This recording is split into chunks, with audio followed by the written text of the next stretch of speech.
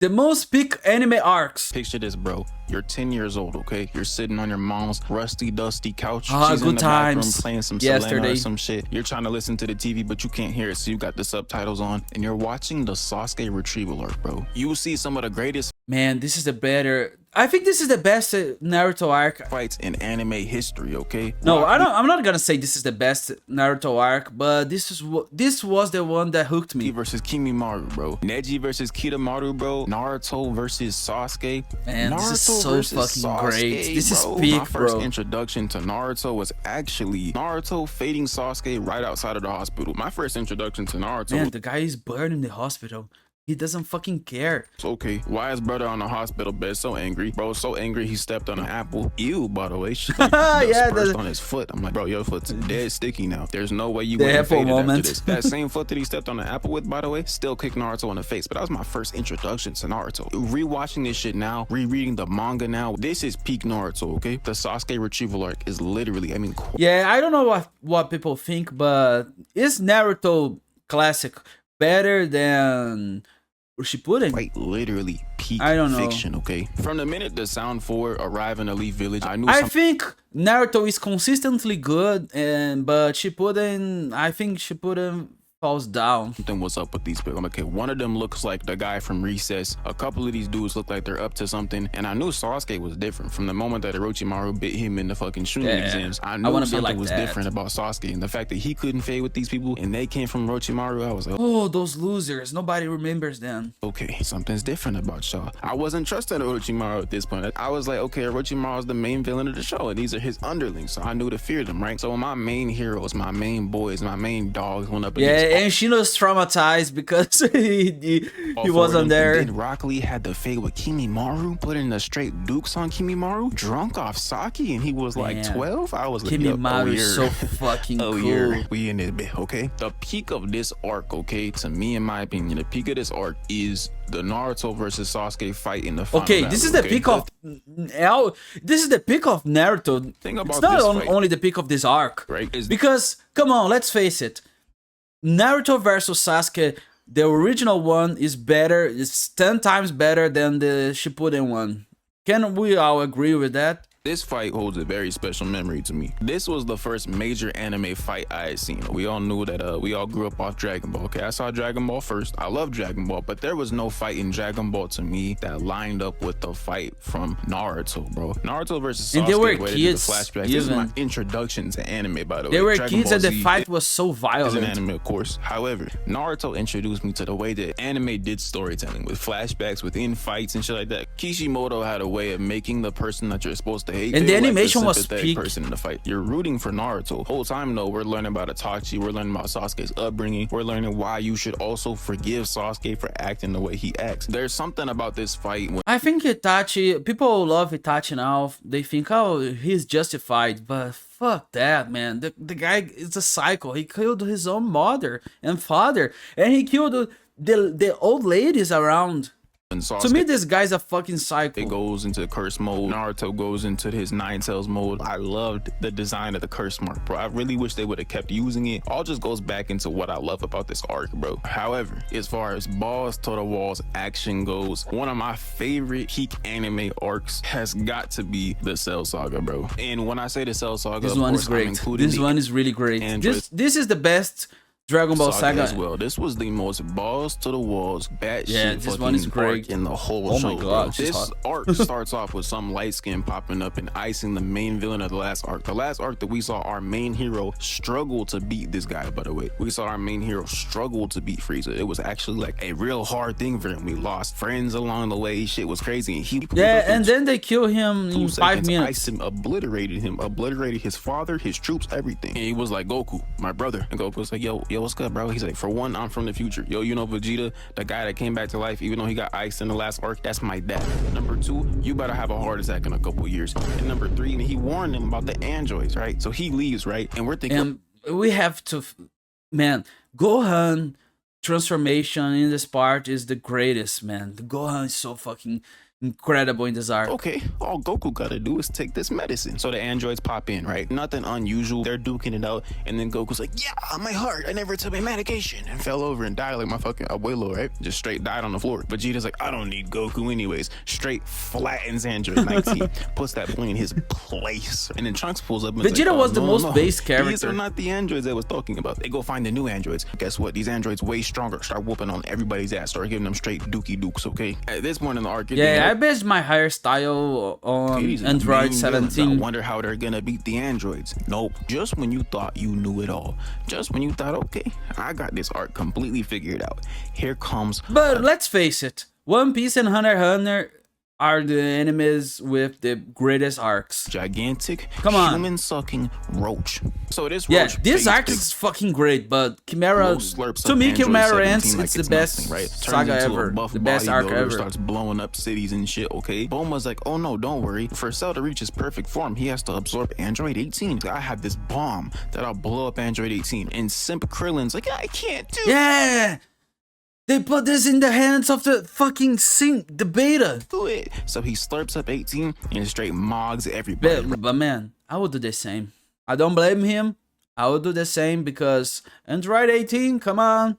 Right, mogging that most anime have tried to replicate for years now. I gotta also mention that Vegeta straight allowed him to absorb Android 18 because of his fucking Saiyan pride. And then of course Vegeta gets his shit stomped because, oh, what do you know? The bioengineered roach who told you that if he absorbed one more person he could beat you, absorbs one more person and then is able to completely mollywop you. Then your son tries and he puts up a little bit of a good effort, but he's too fucking... Man, this is how fucking great you can look. This is so fucking masculine. I don't know. Look at his hair.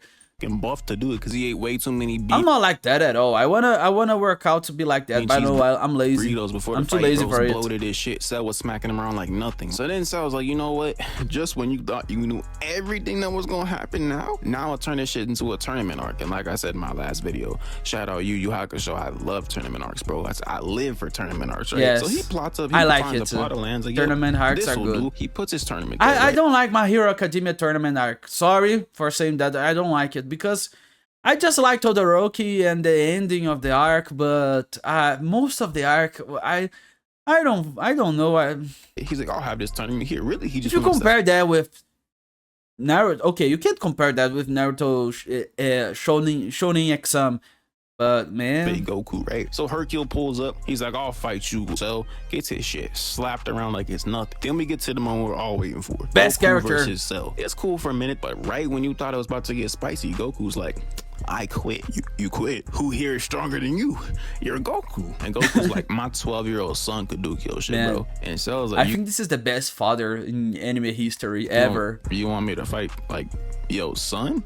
And Goku's like, yeah, I want you to fight my 12-year-old son. And Gohan's like, me?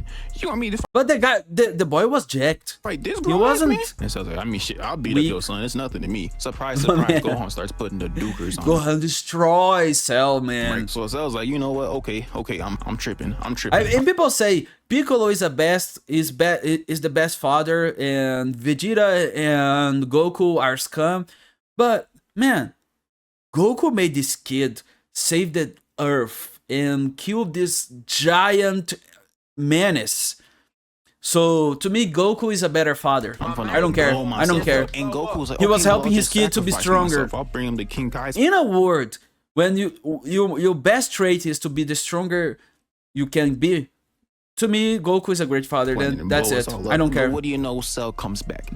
Piccolo was beta. Goku was an alpha. That's it. That's it for me. With the help of Vegeta and Goku. Peak. I love the Cell saga, bro. Just like all of y'all love it. It is Gohan's moment. Cell is one of the best villains in the show. Now, one of the greatest anime fights ever. Possibly going to follow up after that Cell arc. That Cell arc was glorious. Now, my friend, I have to introduce the main fighter of tonight's show, Bleach, but not just any arc from Bleach. What arc? The Soul Society society arc. Okay, I thought he was talking about Bounce arc. The best arc ever, Bounce. Bangai Precipice World, being led by a black don't think cat it's named Bounce. Yoruichi, which, if you guys like know, then you already know. But for those that don't know, this is just your normal average cat. Nothing. What the fuck is this design? More to look at here. They enter, and at this point, a giant wall comes down on some Donnie shit, and everyone's like, "Oh no, how will we cross now?" They're able to infiltrate, but they get split up on some Scooby-Doo shit. And plus, they made hella noise, so the Soul Reapers are like, "Oh hell no, who breaking into the crib on a Thursday at 3 a.m.? This shit is diabolical." Now the whole gang being hunted, right? You could have thrown my boy Craven in this. I think every Bleach arc is good. The only one I think it's mid is the Fullbringer arc. Okay, and I'm talking about the fillers because Bounce. Oh my god, terrible arc.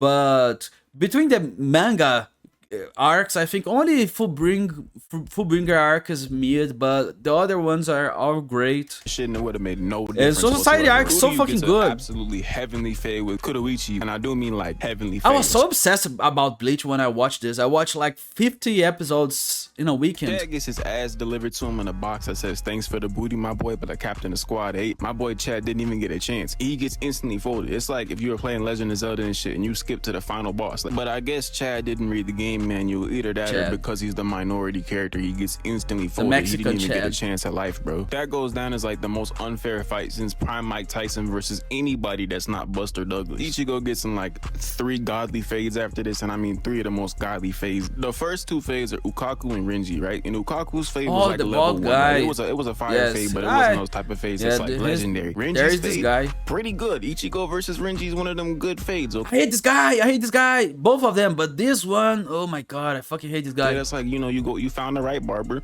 He's not perfect, but he gets you good enough, right?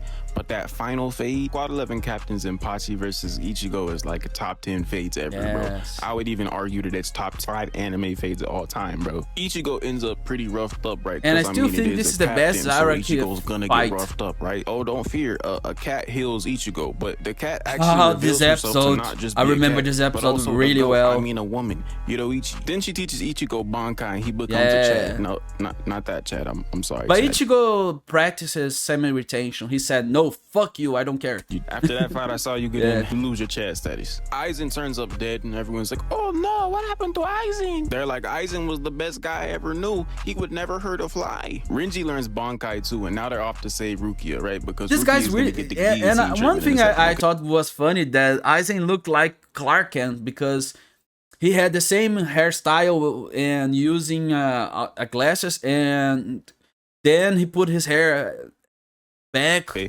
don't fucking know. He looks he looks like Clark Kent, but evil. He's not Ichigo, and Superman right? evil. Ichigo Evil Superman. Up to save the day, ponchoed up like he's Sasuke or something. Boy, if you don't return that poncho back to its rightful owner and shit. Ichigo has to squabble with Byakuya, and he pulls out his temporary hollow form. Ichigo takes a W, and he's like, "Oh yes, I'm him now." At least until the Arrancar arc, bro. You finna get folded, my boy. Yoruichi gets in a heavenly fade, and like, it's all cool and all, but it doesn't matter because the Council of 46 gets dismantled. What happened to them? Turned out Aizen faked his death, and he's back cooking like Drake in 2015, okay? Oh man.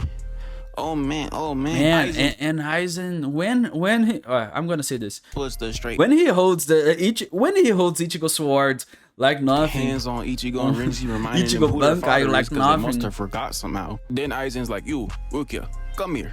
She walks over, she's like, "What's going on?" Then Aizen's like, "Give me the Hogyoku." Straight stashes that shit out her chest. She's like, "Oh no!"